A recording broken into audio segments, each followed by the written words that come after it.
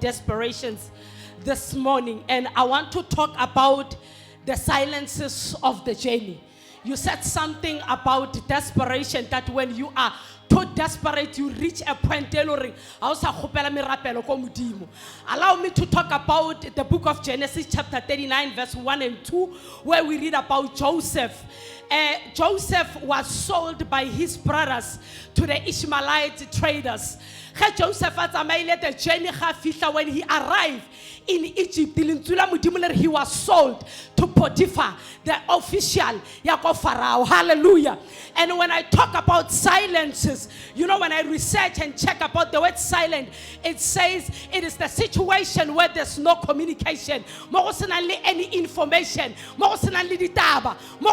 anything.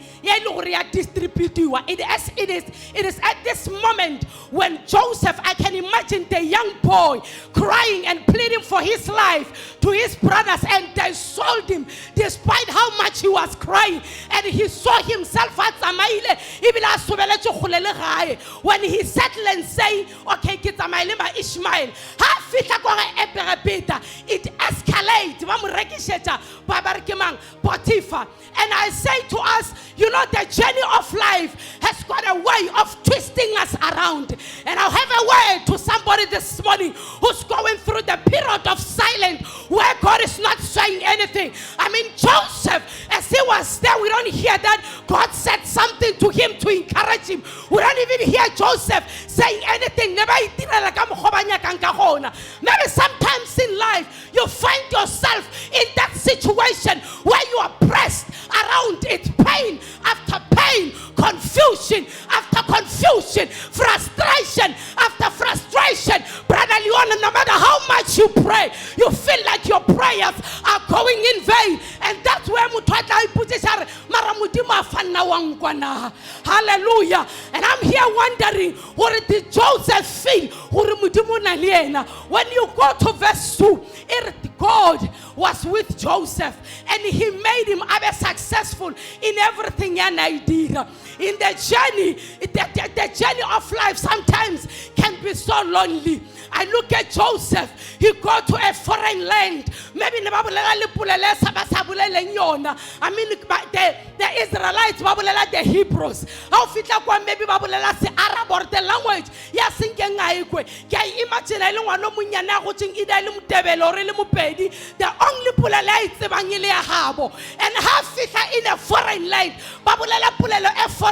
Maybe sometimes you find yourself in that journey or in that situation, that whatever that you are going through at that moment, it is foreign to everyone that is around you. Even when you try to relate and narrate the story, nobody gets it, because it is your journey of elevation. God is taking you somewhere. He's not revealing it to anyone. You're saying it is the time.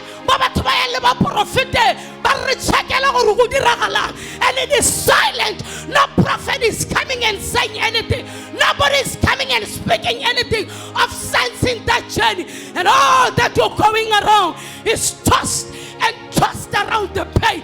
It's the confusion after confusion. It's the frustration after frustration. Murudi, it is during silence moments in our lives where people take tutors. It's during a silence moment in our lives where people take offerings that God never said they should take.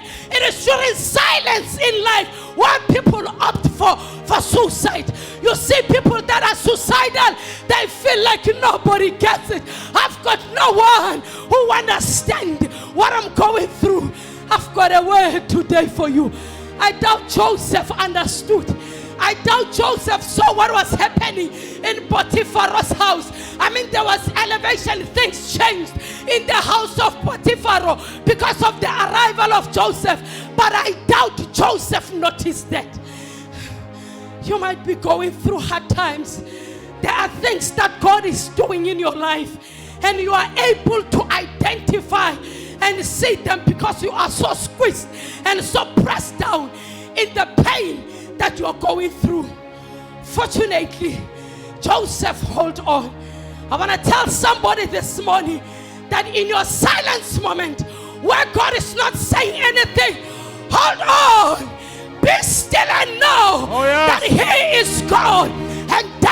definitely God is up to something.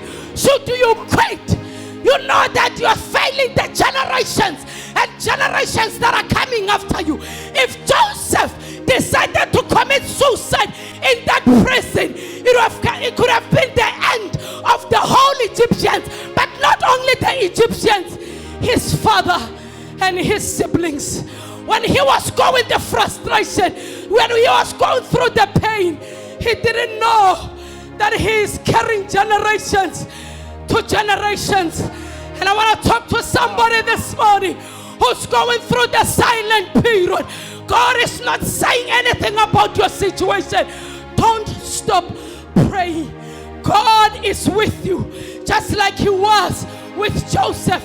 He was silent. We were never taught that Joseph dreamed and got motivation or a word. It was a silent period, but God remained with him. God is with you in that silent moment, even when you don't feel him. Come next door. And when you wonder, you've been praying and dedicating yourself, nothing is shaky. And when nothing is shaky, just know that the mission that God is up to, it is bigger than you. Oh, yes. And definitely he will fulfill it. Thank you. What a frustrating time. After being encouraged to be desperate, even in your desperation, God can still be silent. And the silence of God is not the denial of God. Maybe it's taking, the training of God can be very hard sometimes. Why did you keep quiet? And sometimes, he knows all the time what he's doing. Hey, no one wanted to hear that one. That he can be silent. And thank God all of us go through that period where you visit churches hoping that a prophet will call you and tell you, you are coming out. I see you coming out. And no one is telling you. Israel, they had that period until by khetela baruti ba o bolela tse banya ka ngodikwa bara modimo ro khathile 70 years I sale 70 because that's what they wanted to hear. Wow. Can we clap hands for the Lord? Come on, I think we need to shout hallelujah, hallelujah. I also have a word, the next one. I also have a word. Hallelujah. The first